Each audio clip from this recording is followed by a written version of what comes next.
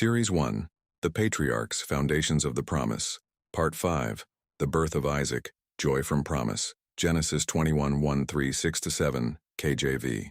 And the Lord visited Sarah as he had said, and the Lord did unto Sarah as he had spoken. For Sarah conceived and bare Abraham a son in his old age, at the set time of which God had spoken to him. And Abraham called the name of his son that was born unto him, whom Sarah bare to him, Isaac. And Sarah said, God hath made me to laugh, so that all that hear will laugh with me. And she said, Who would have said unto Abraham that Sarah should have given children suck? For I have borne him a son in his old age.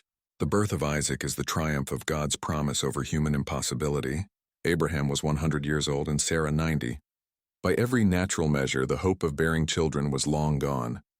Yet God had spoken, and at the appointed time he fulfilled his word. The scripture emphasizes this.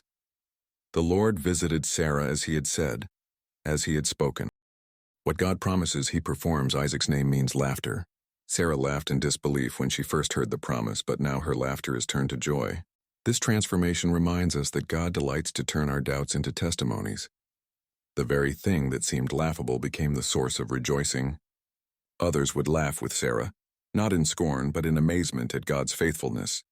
The lesson here is rich with spiritual meaning. Isaac, the son of promise, foreshadows Christ. Just as Isaac was born by divine intervention, so Christ was born of a virgin. Both births declared that salvation is not the work of man, but the work of God. Paul draws this parallel in Galatians 4, reminding us that we are children of promise through Christ. This account also confronts our tendency to doubt God when circumstances seem impossible. How often do we, like Sarah, laugh inwardly at the thought of God doing what seems beyond reason?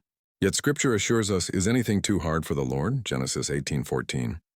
The birth of Isaac answers that question with a resounding no. For believers today, Isaac's birth is a reminder that God's timing is perfect. He may delay, but he does not forget.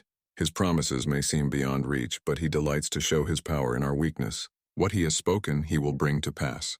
Our role is to believe, to wait, and to rejoice when the laughter of doubt is transformed into the laughter of faith fulfilled.